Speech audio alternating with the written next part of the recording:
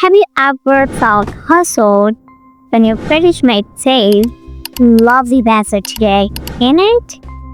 And imagine you are in a New York City and your friend's like, "This lorry is fire, right?"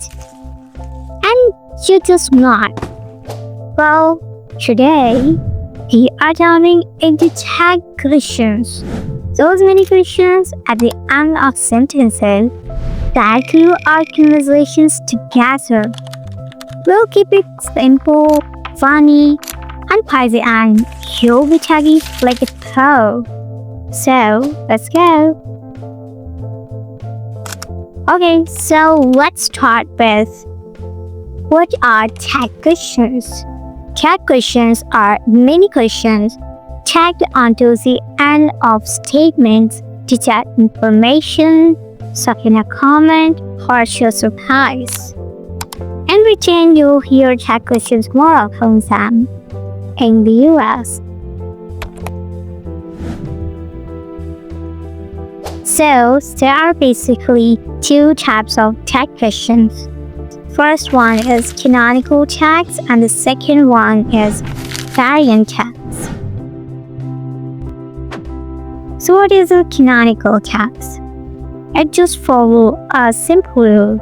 If the statement is positive, the tag is negative. But if the statement is negative, the tag is positive.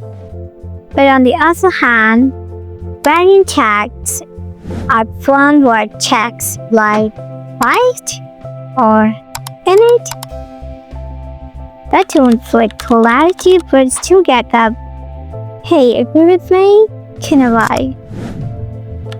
To form tag question, first of all, if the main clause contains an auxiliary or module, use the same in the tag but invert its polarity and then repeat the same subject pronoun. For instance, she has left, hasn't she? And this example, has, which is an auxiliary verb, is converted to hasn't, and then the same subject pronoun is repeated. She has left, hasn't she? Another example is, they are arriving soon, aren't they? They are arriving soon, aren't they? But if the main clause has no auxiliary, just simple present or simple past, then insert do, just, or did. For instance, you like sushi. This is a simple present causative. So, to make tag for this statement, you have to use do. Don't you? Don't you? You like sushi, don't you? Another example is, he never plays computer games. He never plays computer games. Does he? So remember one thing here is that the statement here is negative because of never. That's the reason does is used here instead of doesn't. The statement is negative, so that's the reason tag is positive. So in conclusion, if the statement is positive, so tag would be negative. But if the statement is negative, then tag would be positive. For example, Sophia didn't go to school yesterday, did she? I should see a doctor, shouldn't I? You must call him, mustn't you? I'm invited to the party, aren't I? Variant tag. It is used far more in American English.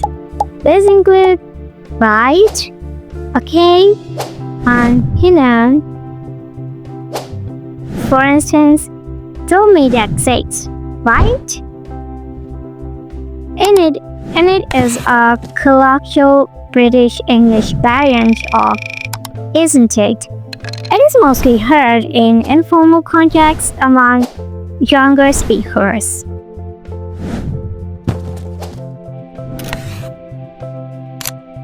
So, If the main cause is positive, so you have to answer in a positive way.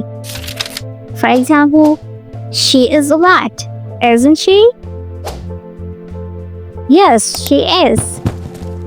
But if the main cause is negative, so you have to answer in a negative way too. For instance, he isn't here, is he? No, he's not. Avoid one-word traps like yes or no kind of answer alone can be confusing. For example, you haven't eaten, have you? If you answer yes, wait, does yes mean I have or I haven't? It's so confusing. So instead of this, you should answer no, I haven't, or yes, I have. Intonation blunders. Use a rising pitch at the end of a tag question when you expect outburst. Otherwise, it can make you sound uncertain. And use a falling intonation at the end of a tag when you genuinely want input. Otherwise, it can make you sound so bossy. Tag questions may be tiny, but they pack a punch. Brits loves canonical negative polarity texts, like in it, with falling intonation to seek agreement. American English prefers variant texts like right with rising intonation to invite confirmation. Remember, match your tag and pitch to your intent. Fall if you expect agreement, or rise if you genuinely want input. If you enjoyed tagging along, hit like, subscribe, and share your funniest tag blunder in the comments.